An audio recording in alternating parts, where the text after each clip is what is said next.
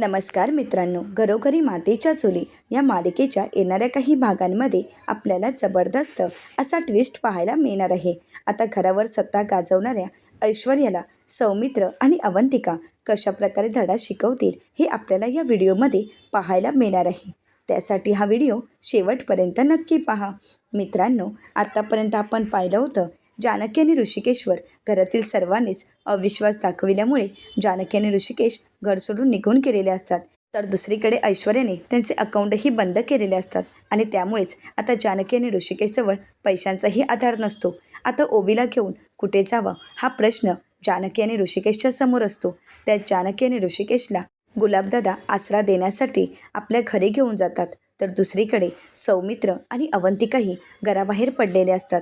आता ज्या ठिकाणी आपले दादा वहिनी नाही त्या घरात आपण राहायचं नाही असा ठाम निर्णय करून अवंतिका आणि सौमित्र घराबाहेर पडतात. आता जानकी आणि ऋषिकेशला कुठे शोधावं हा अवंतिका आणि सौमित्रच्या समोर प्रश्न उभा असतो. त्याचवेळी आता गुलाबदादा तिथे येतात आणि म्हणू लागतात, सौमित्र दादा, तुम्ही दादासाहेबांना शोधत आहात ना? तर सौमित्र म्हणतो की हो, माझे दादा वहिनी कुठे आहेत?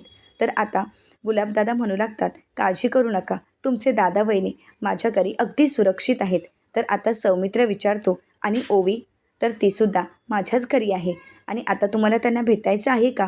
तर सौमित्र म्हणतो की हो, मला माझ्या दादा वहिनींना भेटायचं आहे, मला माझ्या ओवीला भेटायचं आहे. असं म्हणत आता गुलाबदादांसोबत अवंतिका आणि सौमित्र जानकी आणि ऋषिकेशला भेटण्यासाठी जातात. तर दुसरीकडे ऋषिकेश जानकीला म्हणतो, जानकी, या जगात आपलं कोणीच नाही. आता मी तुझ्यासाठी, तू माझ्यासाठी आणि आपण दोघं आपल्या मुलीसाठी. तर आता जानकी म्हणते, नाही, जरी कोणी नसलं तरी आपल्यासोबत एक व्यक्ती आहे की जी आपली साथ कधीही सोडणार नाहीत. तर आता ऋषिकेश म्हणू लागतो, जानकी, असं कोणीच नाही या जगात गं. तर त्याचवेळी आता तिथे सौमित्र आणि अवंतिका आलेले असतात. सौमित्र आणि अवंतिकाला पाहून ओवीला खूप आनंद झालेला असतो. ओवी जोरातच आवाज देत म्हणते, सौमित्र काका. आता जानकी आणि ऋषिकेश पाहतात, त्या दोघांचेही डोळे पाणावतात. तर ते दृश्य पाहून अवंतिका आणि सौमित्रालाही खूप वाईट वाटतं.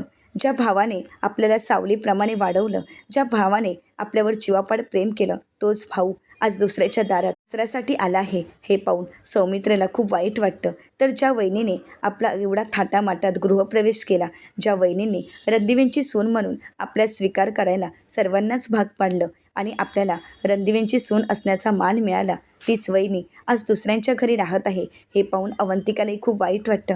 अवंतिका म्हणू लागते, वहिनी, असं म्हणत आता सर्वजण एकमेकांना बिलगतात. ऋषिकेश आणि सौमित्र एकमेकांना मिठी मारतात. दोघांच्याही डोळ्यात अश्रू असतात. सौमित्र म्हणू लागतो, दादा, आता मी तुझं काहीच ऐकून घेणार नाही, आत्ताच्या आता आपण घरी निघणार आहोत. आणि असं म्हणत तो त्याचे हात धरून त्याला घरी घेऊन जात असतो. परंतु आता ऋषिकेश म्हणतो, थांब सौमित्र, मी कुठेच येणार नाही. आता मात्र सौमित्राला धक्काच बसतो. सौमित्र म्हणतो, काय बोलतोयस दादा, हे ते तुझं हक्काचं घर आहे, त्या घरावरचा हक्क तुझा कोणीही हिरावून घेऊ शकत नाही. ऋषिकेश म्हणतो, घर हक्काचं असेल सौमित्र, परंतु घरातील माणसं ती तर हक्काची राहिलीच नाही आहेत. अरे, ज्या माणसांसाठी मी एवढ्या खस्ता खाल्या, ज्या माणसांसाठी मी जीवाचं रान करून कंपनी उभी केली, ज्या माणसांसाठी जानकीने आपलं सर्वस्व पणाला लावलं आहे, त्याच माणसांनी आज आमच्यावर अविश्वास दाखवला, त्याच माणसांनी आम्हाला हातात धरून घराबाहेर काढलं आहे. एवढंच नाही, आईने आता आई म्हणायलाही बंदी घातली आहे. आता मी ना तिचा मुलगा ना ती माझी आई, आणि अशा घरात मी कुठून जाणार आहे? ज्या नानांना जानकीने एवढा जीव लावला, आपल्या वडिलांसमान मानलं, त्याच नानांनी आज जानकीवर आरोप केला, तिला आरोपीच्या पिंजऱ्यात उभं केलं. त्या घरी मला नाही जायचं आहे, ना माझ्या बायकोला घेऊन जाणार, ना माझ्या मुलीला. ज्या घरात आम्हाला स्थानच नाही आहे, त्या घरात राहून आम्ही काय करणार आहोत? सौमित्र म्हणू लागतो, दादा, मला सगळं काही कळते, परंतु वहिनी, अगं नक्की काय घडलंय सांग ना. माझा तुम्हा दोघांवर पूर्ण विश्वास आहे. कोणी कितीही काही सांगितलं तरी माझा पूर्ण विश्वास आहे की माझी वहिनी असं काहीच करणार नाही. तर आता जानकी म्हणते, सौमित्र भाऊजी, तुमच्या या शब्दातच आम्हाला खूप काही आधार वाटत आहे. अहो, हाच आधार आम्ही आमच्या घरच्यांमध्ये शोधत होतो, घरच्यांच्या डोळ्यामध्ये शोधत होतो, परंतु सौमित्र भाऊजी हा आधार कोणाचकडे मिळाला नाही. ना सारंग भाऊजी देऊ शकले, ना आई, ना नाना. असं का घडत आहे काहीच कळत नाही. आता घडलेला सर्व प्रकार जानकी सौमित्राला सांगू लागते. सौमित्र म्हणतो, मला सगळं काही कळत आहे, हे सगळं काही ऐश्वर्याचं कारस्थान आहे, परंतु आईला कोण सांगणार? आईने तर डोळे झाकूनच घेतले आहेत. तिचा तर ऐश्वर्यावर पूर्ण विश्वास आहे. तिने तर ऐश्वर्याच्या प्रेमाची डोळ्यावर पट्टीच बांधली आहे. आणि सारंगलाही ऐश्वर्या जे काही करत आहे तेच योग्य वाटत आहे. त्यामुळे घरातील कोणीही आपल्यावर विश्वास ठेवणार नाहीत. तर जानकी म्हणते, आणि म्हणूनच मी त्यांना खूप समजावण्याचा प्रयत्न केला, स्वतःची बाजू पटवून देण्याचा प्रयत्न केला, परंतु कोणीही माझ्यावर विश्वास ठेवलाच नाही. परंतु नाना असे का वागलेत मला काहीच कळत नाही. नानांनी माझ्याकडे बोट का दाखवलं याचा अर्थच मला लागला नाही. कारण आत्तापर्यंत मी नानांसाठी एवढं काही केलं आणि नानांच्या मनालाही माहीत आहे की मी त्यांना ढकललं नाही, तर ऐश्वर्याने ढकललं आहे. तरीसुद्धा नाना असं कसं बोलू शकतात? सौमित्र म्हणू लागतो, नाही वहिनी, यामागे नक्कीच काहीतरी कारस्थान आहे. परंतु आता मला त्या घरातच जायचं नाही. ज्या घरात तुम्ही नाही त्या घरात मीही जाणार नाही. जानकी म्हणते, नाही सौमित्र भाऊजी, तुम्ही असं बोलू नका. तुम्हाला त्या घरी जावं लागेल, कारण नाना आणि आई त्या घरी आहेत. त्या ऐश्वर्याने माझ्या डोळ्यादेखत नानांची ही अवस्था करून ठेवली. मग आज जर आपण तिथे कोणीच नसू तर ती ऐश्वर्या काय करू शकते? हाहाकार माजवू शकते. त्या घरावरती स्वतःची सत्ता स्थापन करेल आणि आपल्या नानांना आईंना खूप त्रास देईल. त्यामुळे प्लीज सौमित्र भाऊजी, तुम्ही नानांना आणि आईंना असं एकटं सोडू नका. तर सौमित्र म्हणू लागतो, अगं वहिनी, ज्या आईने तुला हाताला धरून घराबाहेर काढलं त्या आईची तुला काळजी वाटत आहे? ज्या नानांनी तुझ्यावर आरोप केला त्या नानांची तुला काळजी वाटत आहे? तर जानकी म्हणू लागते, काही झालं तरी सौमित्र भाऊजी ते माझे आईवडील आहेत. मी माझ्या आईवडिलांना कधी पाहिलं नाही. मी अनाथ आहे, परंतु त्यांनीच तर मला आधार दिला.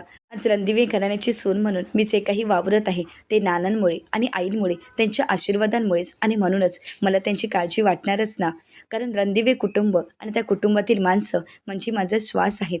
तर आता सौमित्र म्हणू लागतो, वहिनी, अगं तुझ्या या मनाचं मी काय करू मला काहीच कळत नाही. तू नक्की कुठल्या मातीची बनली आहेस हे मला काहीच कळत नाही. अगं एवढं सगळं होऊ नये, तुला तुझ्या त्या कुटुंबाची काळजी वाटत आहे? तर जानकी म्हणते की हो सौमित्र भाऊजी, त्या कुटुंबाची काळजी वाटत आहे आणि म्हणूनच आज त्या कुटुंबाची काळजी घेण्यासाठी मी तुम्हाला आणि अवंतिकाला तिथे पाठवत आहे. अवंतिका म्हणते, वहिनी खरंच मला काय बोलू काहीच कळत नाही. जानकी अवंतिकाला म्हणू लागते, अवंतिका आता तुला एक काम करावंच लागेल, माझ्यासाठी करशील ना? अवंतिका म्हणते, वहिनी अहो असं का बोलत आहात आणि असं बोलून मला पर्क का करत आहात? जानकी म्हणते, मला माहीत आहे अवंतिका, मी त्या घरी नसल्यामुळे तुला तिथे करमणार नाही. तू घाबरू नकोस, त्या घरी तुला कोणीही त्रास देणार नाही. तर अवंतिका म्हणते, म्हणजे वहिनी तुम्हाला नक्की काय म्हणायचं आहे? तर जानकी म्हणू लागते, अवंतिका आणि सौमित्र भाऊजी, आता तुम्हाला त्या घरी जावंच लागेल, फक्त नानांसाठी आणि आईंसाठी. तर आता सौमित्र म्हणू लागतो, त्या घरी मी जाणार नाही. ज्या घरी तुम्ही नाही त्या घरी मला जायचंच नाही. तर आता जानकी म्हणते, सौमित्र भाऊजी मी तुमच्यासमोर हात जोडते, परंतु प्लीज अहो तुम्ही तिथे असाल माझी थोडी तरी काळजी मिटेल. मला राहून राहून नानांची आणि आईंची काळजी वाटत आहे. ज्या ऐश्वर्याने आता नानांची ही अवस्था केली आहे ती ऐश्वर्या स्वतःचं कारस्थान उघडकीस येऊ नये यासाठी काहीही करू शकते. आणि म्हणूनच आता आपल्यापैकी कोणीतरी नानांच्या आसपास असणं खूप महत्त्वाचं आहे. तर सौमित्र म्हणू लागतो, परंतु वहिनी नाना असं कसं बोलू शकतात? जानकी म्हणते, मला तरी असं वाटत आहे की नाना कुठल्या तरी दबावाखाली येऊन बोलले असावेत. तर सौमित्र म्हणतो, मलाही तेच वाटत आहे, कारण कदाचित त्या ऐश्वर्याने नानांना काहीतरी असं सांगितलं असेल की ज्यामुळे नानांना आता हा निर्णय घ्यावा लागला आणि म्हणूनच नानांनी कदाचित तुझ्यावर आरोप केला असावा. परंतु या सगळ्या सत्याचा शोध तर मला घ्यावाच लागणार आहे. जानकी म्हणते, म्हणूनच तर सौमित्र भाऊजी मी तुम्हाला म्हणत आहे की तुम्ही त्या घरी राहायला जा. जर आपण तिथे कोणीतरी असू तरच नक्की तिथे काय घडत आहे ते आपल्याला कळणार आहे. तर आता सौमित्र म्हणू लागतो, आता मी त्या ऐश्वर्याला सहजासहजी सोडणार नाही. जानकी म्हणते, नाही सौमित्र भाऊजी, सरळ सरळ वार करून काहीच उपयोग नाही. मी सुद्धा तेच करण्याचा प्रयत्न केला. ऐश्वर्याची कारस्थानं सरळ सरळ सर्वांच्या समोर आणण्याचा प्रयत्न केला, परंतु काय झालं, शेवटी सगळं काही आपल्याच अंगाशी आलं.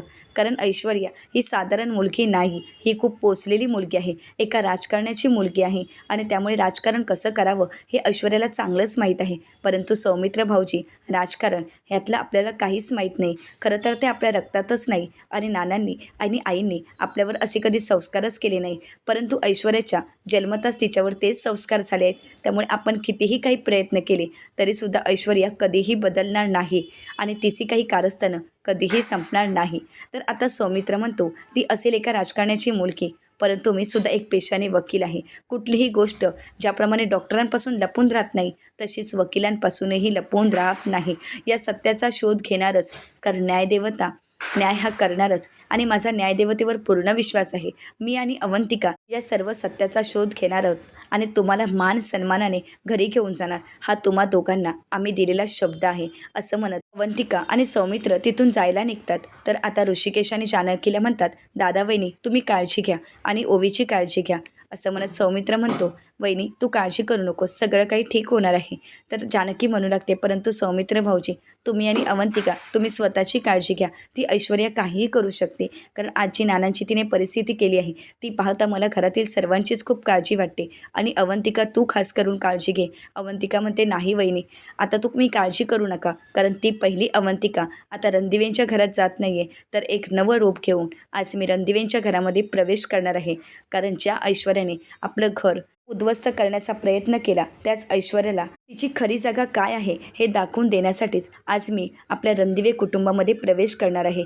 आत्तापर्यंत साधी सरळ वाटणारी अवंतिका आता नक्की ऐश्वर्याला कशी आहे हे लवकरच कळणार आहे, असं म्हणत आता सौमित्र आणि अवंतिका हातात हात देतात आणि आपलं ध्येय पूर्ण करण्यासाठी रणदिवे कुटुंबाकडे वळतात. जानकी आणि ऋषिकेशला सौमित्र आणि अवंतिकाची काळजी वाटत असते.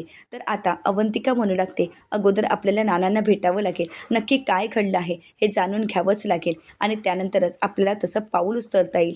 आता सौमित्र आणि अवंतिकाला घरी आलेलं पाहून ऐश्वर्याच्या पायाखालची जमीनच सरकते. ऐश्वर्या मनाशीच म्हणते, जानकी आणि ऋषिकेशला एवढ्या मेहनतीने घराबाहेर काढलं आणि या घरावर आपली सत्ता स्थापन करायला सुरुवात केली, परंतु स्थापनेला सुरुवात करतानाच सुरुंग लावायला ही दोन का आली आहे तिथे? मला ह्या दोघांना पाहिली खूप संताप होतो आणि अशांना मी या घरात राहायला देऊ?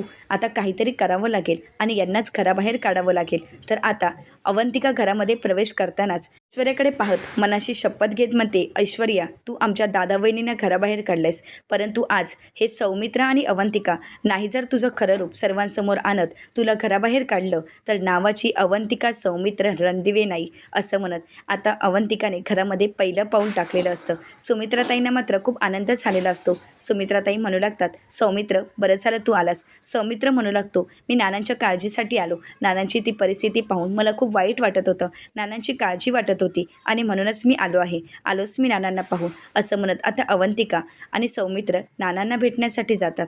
तर आता नाना खूप रडत असतात. नाना फक्त ऋषिकेश आणि जानकीचं नाव घेत असतात. तर आता सौमित्र म्हणू लागतो, नाना अहो तुम्ही जर वहिनीवर आरोप केलाच नसता तर आज वहिनी घराबाहेर गेलीच नसती. आता नानांना खूप वाईट वाटत असतं, कारण आपल्यामुळे आज ऋषिकेश आणि जानकीला घर सोडून जावं लागलं, हे नानांनाही सहन झालेलं नसतं. तर आता सौमित्र म्हणू लागतो, नाना तुम्हाला जर एवढं दुःख होत आहे, एवढं वाईट वाटत आहे, मग तुम्ही वहिनीचं नाव का घेतलं? तुम्हालाही चांगलंच माहीत आहे हे सगळं काही कारस्थान ऐश्वर्याचं होतं, मग तुम्ही हे का केलं? आता अवंतिका दरवाजा बंद करते आणि त्यानंतर आता सौमित्र आणि अवंतिका नानांना म्हणतात, नाना जे काही घडलं आहे ते आम्हाला सविस्तर सांगण्याचा प्रयत्न करा आणि दादा वहिनी आणि ओवीची काळजी करू नका, आता ते सुरक्षित ठिकाणी आहेत. आता फक्त नक्की काय घडलं होतं हे आम्हाला जाणून घ्यायचं आहे, तरच आपण ऐश्वर्याला धडा शिकवू शकतो. ऐश्वर्याला धडा शिकवायचा असेल तर नाना तुमच्या साथीची आम्हाला गरज आहे. ऐश्वर्याचा खरा चेहरा आपल्याला सर्वांसमोर आणायचा असेल तर नाना तुम्हाला खरंच सांगावंच लागेल. तर नानांच्या डोळ्यांमधील अश्रूच सगळं काही सांगून जातात. तर आता सौमित्र म्हणू लागतो, नाना नक्की काय घडलं होतं? असं काय घडलं की ज्यामुळे तुम्हाला असं खोटं बोलावं लागलं? तर नाना आता ओवी जीव असं अडखळतच बोलत असतात, परंतु पेशाने वकील असणारा सौमित्र सगळं काही जाणतो. नानांना विचारतो, नाना तुम्हाला असंच म्हणायचं आहे का? तुम्हाला ओवीच्या जीवाची काळजी वाटत होती? ऐश्वर्याने तुम्हाला धमकी वगैरे दिली होती का? तर नाना होकार देतात. खुणावूनच सगळं काही हो असं म्हणत असतात. आता सगळं काही सौमित्राच्या लक्षात येतं. सौमित्र अवंतिकाला म्हणतो, अवंतिका आपल्या सगळं काही लक्षात आलं आहे आणि आता त्या ऐश्वर्याला धडा शिकवायलाच हवा. तर अवंतिका म्हणते, हो सौमी तू काळजी करू नकोस. दादा वहिनींना या घरात सन्मानाने आणणं ही फक्त तुझीच नाही तर माझीही जबाबदारी आहे. आता त्या ऐश्वर्याचे नाही जर नाकीनव आणले तर नावाची अवंतिका रणदिवे नाही. आतापर्यंत त्या ऐश्वर्याने माझं खरं रूप काय आहे हे पाहिलंही नसेल, आता माझं रौद्र रूप तिला पाहायलाच मिळेल. आता अवंतिका जानकी आणि ऋषिकेशचा मानसन्मान परत मिळवण्यासाठी अगदी पदर खोचून उभी राहिलेली असते. दुसरीकडे ऐश्वर्या आता चाव्यांचा तोरा मिरवत असते. आता त्याचवेळी तिथे अवंतिका तिच्या समोर येऊन उभी राहते आणि म्हणू लागते, ऐश्वर्या वहिनी अहो चाव्या तुमच्या ताब्यात? तर आता ऐश्वर्या म्हणते की हो, यापुढे या रणदिवे कुटुंबाचा कारभार मीच सांभाळणार आहे. या चाव्यांचा अधिकार संपूर्णपणे माझ्या हातात आहे. त्यामुळे आता घरात कोणी काय करावं, काय करू नये हे सर्व काही मीच सांगणार आहे. या घरात आता माझाच निर्णय चालणार आहे. तर अवंतिका म्हणू लागते, नाही वहिनी, अहो तुम्हाला जरी वाटत असेल की हे सगळं काही तुमच्याच हातात आलं आहे, सत्ता तुमचीच आहे, तर तसं नाही. या घरची मीही सून आहे आणि सून या नात्याने मलासुद्धा या घरामध्ये हक्क गाजवण्याचा अधिकार आहे आणि माझा अधिकार मी मिळवणारच, असं म्हणत आता अवंतिका सुमित्राताईंना म्हणते, आई मी सुद्धा या घरची सून आहेच ना, मग असं कसं तुम्ही करू शकता की फक्त ऐश्वर्या वहिनींच्या हातामध्ये या घराच्या चाव्या ऐश्वर्या वहिनीच या घराचा निर्णय घेऊ शकतात? नाही आई, हा तर माझ्यावर झालेला अन्याय आहे आणि तो अन्याय मी नाही सहन करणार. असं जर होत असेल तर मी या घरात राहण्यात काहीच अर्थ नाही आहे, त्यापेक्षा मी या घरातून निघूनच जाते, असं म्हणत आता अवंतिका सुमित्राताईंना इमोशनल ब्लॅकमेल करते. सुमित्राताई अवंतिकाला म्हणतात, नाही अवंतिका, अगं तू आत्ताच तरी या घरामध्ये राहायला आली आहेस, तू कुठेही निघून जाणार नाहीस, परंतु मी तरी काय करू गं? अगं तुझ्या हातात चाव्या दिल्या तर तिच्यावर अन्याय होणार आणि तिच्या हातात चाव्या असतील तर तुझ्यावर अन्याय. तर सौमित्र म्हणतो, मग आई कोणाच्याच हातात चाव्या देण्याची काहीच गरज नाही आहे, कारण या घराची खरी मालकीण तर तूच आहेस. या घराचा निर्णय घेण्याची जबाबदारी ही तुझीच आहे, मग या चाव्या तुझ्याच हाती राहू देत. आता मात्र ऐश्वर्याला धक्काच बसतो. तर अवंतिका म्हणू लागते, हो नाही, अहो या जर चाव्या तुमच्याकडे असतील तर मला काहीच प्रॉब्लेम नाही आहे आणि ऐश्वर्या वहिनींनाही काहीच नसेल, हो ना ऐश्वर्या वहिनी? आता मात्र ऐश्वर्या शांतच होते. तर आता अवंतिका म्हणू लागते, आई अहो जर चावी तुमच्याजवळ असेल तर मला ज्यावेळी हवी त्यावेळी मी घेऊ शकते आणि वहिनींना ज्यावेळी हवी असेल त्यावेळी वहिनीही घेऊ शकतात. आता मात्र अवंतिका तो कारभार सुमित्राताईंच्या हाती देण्यास ऐश्वर्याला भाग पाडते. आता मात्र ऐश्वर्या शांतच असते. तर सुमित्राताई म्हणतात, अवंतिका बोलत आहे ते अगदी खरं आहे, म्हणजे कोणावरच अन्याय व्हायला नको. ऐश्वर्या त्या चाव्या माझ्याचकडे राहू देत. आता मात्र नकळतच काट्यानेच काटा कसा काढतात हे अवंतिकाने चांगलंच ऐश्वर्याला दाखवलेलं असतं. आता ऐश्वर्याच्या हातातील पहिली सत्ता तर अवंतिकाने एका क्षणी घालवलेली असते, ती म्हणजे घराण्याच्या चाव्या. आता तर त्या चाव्या सुमित्राताईंच्या हाती गेलेल्या असतात. आता ऐश्वर्याची खरी जागा तिला दाखवून देण्यासाठी अवंतिकाने सुरुवातही केलेली असते. आता अवंतिका आणि सौमित्र ऐश्वर्याचं खरं रूप सर्वांसमोर कशा प्रकारे आणतील आणि नानांना ऐश्वर्यानेच ढकललं होतं हे सत्य सर्वांसमोर आणण्यामध्ये यशस्वी ठरतील का, पाहणं अतिशय रंजक ठरणार आहे. आता अशाच मालिकांचे नवनवीन अपडेट पाहण्यासाठी चॅनलला नक्कीच सबस्क्राईब करा. आजचा व्हिडिओ तुम्हाला कसा वाटला हे कमेंट करून नक्कीच कळवा. आजचा व्हिडिओ जर तुम्हाला आवडला असेल तर व्हिडिओला लाईक करायला विसरू नका आणि व्हिडिओ पाहिल्याबद्दल तुम्हा सर्वांचेच अगदी मनपूर्वक धन्यवाद.